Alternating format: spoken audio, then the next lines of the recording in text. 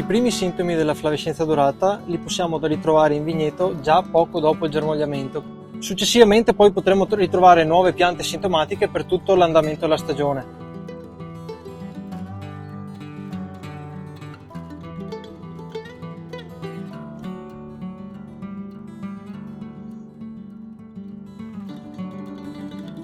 Le piante nelle varietà più suscettibili possono evidenziare problemi già al germogliamento, che potrebbe risultare stentato e non uniforme, caratterizzato dalla presenza di molte gemme cieche. I germogli, originati dalle restanti gemme, arresteranno quasi improvvisamente la loro crescita, presenteranno internodi corti e con andamento a zigzag. L'apice dei germogli si atrofizza e può andare incontro a necrosi, con successivo arresto della crescita. Le foglie appena formate sono di dimensioni ridotte rispetto alla norma e si sviluppano irregolarmente. Possono successivamente seccare e cadere. Le infiorescenze possono andare incontro ad aborto fiorale oppure possono disseccare e successivamente staccarsi dal germoglio. Se la malattia si manifesta dopo la legagione, i grappoli colpiti possono portare pochi acini sparsi sulle ali, mentre altre parti risultano parzialmente disseccate. Nel contempo, le foglie possono manifestare una decolorazione della lamina che si ingiallisce nella varietà a bacca bianca ed arrossisce nelle varietà a bacca nera. Su molte varietà come Chardonnay e Pinot Grigio, la malattia causa un accentuato ripiegamento del margine fogliare verso il basso, facendo assumere alla foglia la tipica forma triangolare. In prossimità dell'invaiatura, gli acini possono andare incontro ad un graduale appassimento. Nei casi più gravi, il rachide può iniziare a disidratarsi, comportando il completo disseccamento dei grappoli colpiti. I tralci ammalati assumono una colorazione verde sbiadito, rimangono erbacei per la mancata lignificazione ed hanno una consistenza gommosa.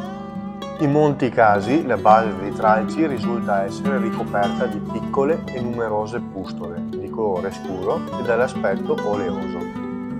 Inizialmente la decolorazione può interessare solo alcune porzioni della foglia, per poi diffondersi all'intera superficie fogliare, interessando anche le nervature. Nei casi più gravi, tutti i tralci manifestano i sintomi ed il portamento vegetativo della pianta appare fortemente compromesso e ricadente.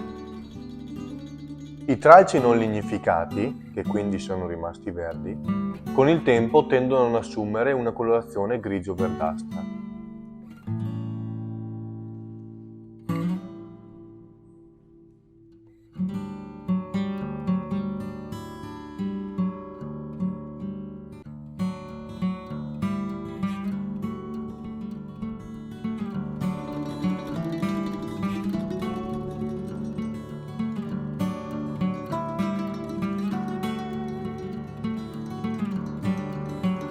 I sintomi della flavescenza dorata non sono comunque da confondere con i sintomi di altre malattie, che invece hanno origine completamente diversa.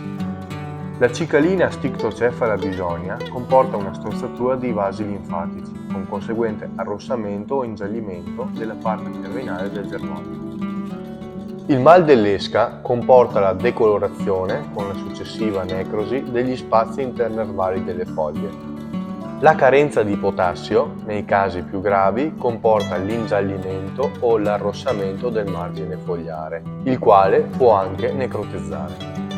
Nelle piante colpite da virosi del pino grigio, i germogli hanno internodi corti, le foglie presentano una maculatura clorotica, bollosità e deformazione della lamina. La cicalina rasmoneura vulnerata invece può causare una decolorazione della lamina fogliare dovuta dalle numerose punture infette da questo insetto.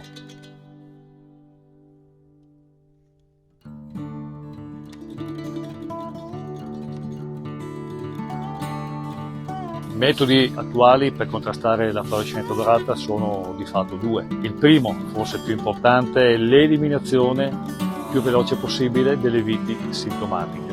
Però bisogna essere molto veloci anche nel riconoscere i sintomi per poterle eliminare il prima possibile.